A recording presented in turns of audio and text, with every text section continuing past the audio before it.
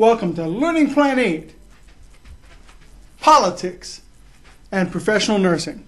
It's going to be an exciting learning plan. Can you tell by the display I made? It's going to be fantastic. You are going to leave this lecture just invigorated, just focused on whatever. It's got to be talked about. It's not necessarily the most exciting topic we will ever talk about, but it probably isn't the least exciting either. It's important to talk about, though. Why? Well, when we say politics, we're not necessarily talking about like Republicans versus Democrats, although that is part of it. We're not talking about government agencies, but that's part of it. What is politics? We need to know the definition of politics. We need to understand why individual nurses need to be involved. We need to talk about strategies for doing that. We're going to talk about different types of power and the different types of power and how each is obtained is very important. Can I repeat that? The different types of power and how each is obtained is very important. We're going to talk about political action committees, how they function, what they do, what they don't do, what PAC funds, super PAC funds do, how selected issues are affected by politics. So that kind of gives you an idea of what we're going to be talking about. I told you it's going to be exciting. What can I say? I don't set the curriculum, but we do need to talk about this. Why? What exactly do we mean by politics? Anybody have an idea? Because I honestly, I know what politics is. I never really knew what the definition was. Definition is the process of influencing the allocation of scarce resources. Write this down. The process of influencing the allocation of scarce resources. This is going to be a very similar definition that we will be talking about in the next lecture. But right now we're talking about the process of influencing, and the key word is influencing the allocation of scarce resources. What do we mean by scarce resources? What is the most scarce resource there is? Gold? Diamonds? I don't have a lot of gold or diamonds, but the most scarce resource is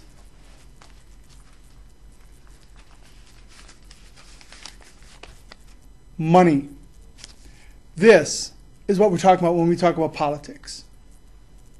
Yes, there's voting involved, there's laws, there's lobbying, there's all that stuff, but it all is about the money. My son, he's 19 years old now. He is a true blue, dyed-in-the-wool liberal.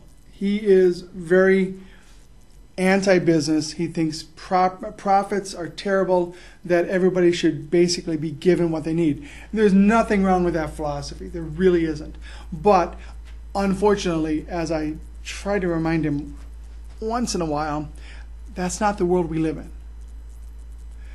It might be the perfect world, but we still have to live within the systems that are given to us. So, politics is the process of influencing the allocation of scarce resources.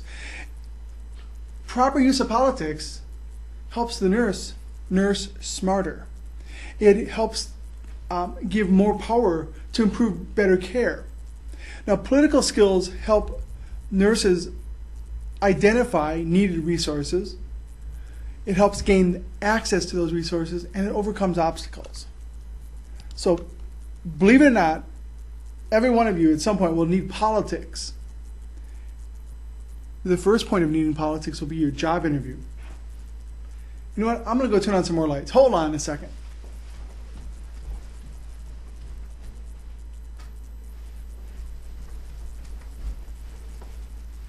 I'm back. Yeah, you thought I was going to go, but no. So, what are skills that make up a nurse's political savvy? And by savvy, we mean expertise. A savvy would be a person who's skilled, who has talent in a specific area. So what are skills that make up a nurse's political talent? Again, analyzing an issue, using those PICO questions to actually find good research so that they can attack an issue with evidence.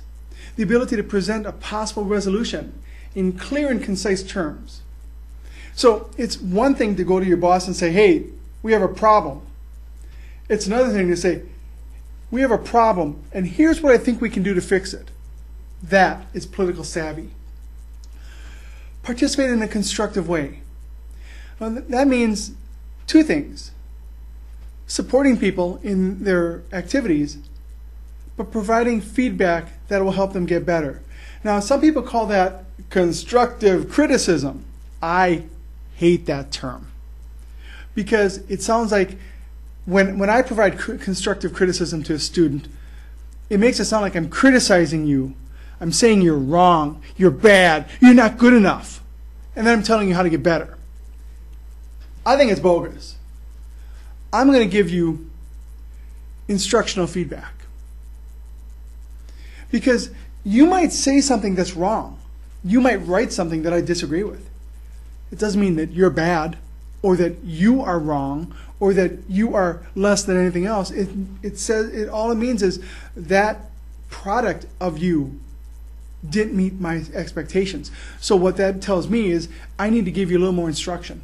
So I will give instructional feedback. I want you to be able to give instructional feedback when you are on committees or you're working in the job. Don't just necessarily rip down somebody, but point out ways that they can get better. Point out what they're doing good. Because everybody does something good. So point out what they're doing good, and then point out ways that you think something can be improved. Make sure that you have the ability to voice your opinion. Remember we talked about the mouse as being shy and never wanting to be part of anything. Mice have very poor political savvy because they won't talk. They're not willing to put their opinions out there. You need to make sure that you understand the system, understand the issues, and then talk. Make yourself heard. And then make sure that you have the ability to analyze and use power bases. What do I mean by power bases? Well, there's a lot of different power bases in a hospital. For example, chief nursing officer, big power base. Hospital administrator, another one. How about the doctors? How about that key nurse on your floor who's been there for a long time and kind of knows everything about everybody? How about the power base in your HUC? Yeah, they have power. How do they have power? They have knowledge power. They have the ability to connect people. So understand where all these different things fit into you. So analyzing an issue, present possible resolutions, give instructional feedback, voice your opinion, and analyze and use power bases. That is what will give you political savvy. Now there are there are 5 laws. 5 laws that we're going to talk about briefly. Power is the ability to get something done. It is the potential to get something done. There's 5 laws. And I'm just going to talk about them very briefly. Power fills a vacuum. When a boss quits, a new person is put into power. Power is personal. I don't care what anybody says. If somebody is exerting power, it's personal. They may be trying to be altruistic, but it's personal. Power is based on the system of ideas and philosophies. Remember my son with his belief that everybody should be basically given what they need without regard to anything else. If they need it, they get it. That is a form of power, and that's based on his idea and philosophy. Power is exercised through and depends on institutions. Okay, what does that mean? Every one of you has power, and you may want to change something. You may want to eliminate genetically modified organisms, right? So how do you do that? You can tell people about it, but if you use your power wisely, you'll get an institution to support you and have them make it standard practice. So power is exercised through institutions, and power is inevitably confronted with and acts in the presence of responsibility. If you have power, you also have responsibility, right? If you're in control of something, if you are responsible for that patient's ability to walk. That means you have the responsibility to do everything you can to get him or her to walk, right? Power acts in the presence of responsibility. I'm an old comic book guy from a long way back. There's a comic book, maybe you've heard of it, Spider-Man. The phrase there is, with power comes great responsibility. Spider-Man will not be on any test. Now, there are networks and coalitions. What's the difference? What's the difference between a network and a coalition? They're very similar. It's groups of people, right? It's a group of people working together. Yeah. So, networks, coalitions, interchangeable? No.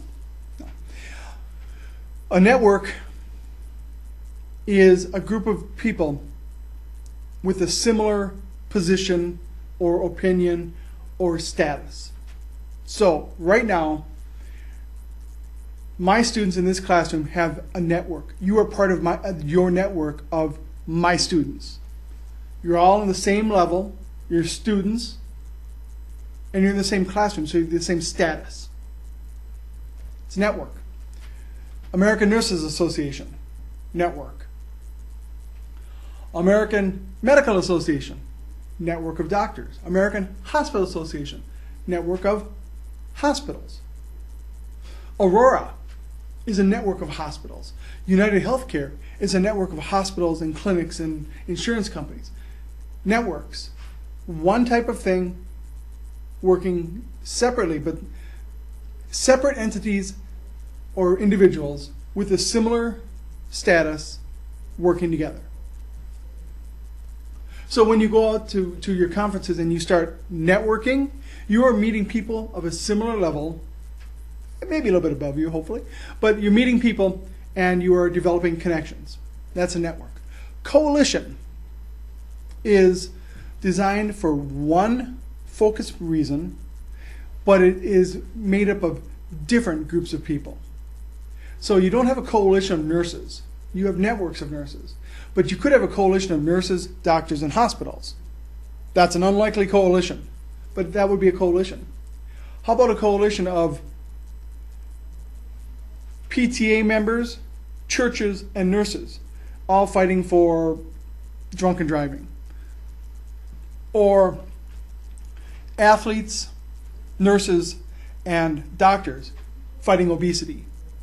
Coalitions. A network of nurses is a network of nurses, and it just is for nurses. A coalition is for a specific process, product, or event. Generally, a coalition forms, it accomplishes what they need to do, and they break apart. Coalitions are temporary. They involve different types of people working toward the same cause. Which do you suppose is stronger, a network or a coalition? Well, it depends on what the goal is. If you are trying to grow longevity, that's a network. Because remember, networks are long-term. So if you want to develop personal strength as a nurse and make sure that you are as the best nurse you can be, joining a network of nurses will help that. But if your goal is to accomplish one specific task, a coalition will get it done like that. Because when you have different people with different viewpoints, with different backgrounds and different starting points, all focusing on the same end point right there, you have a stronger voice. You do. So, networks and coalitions.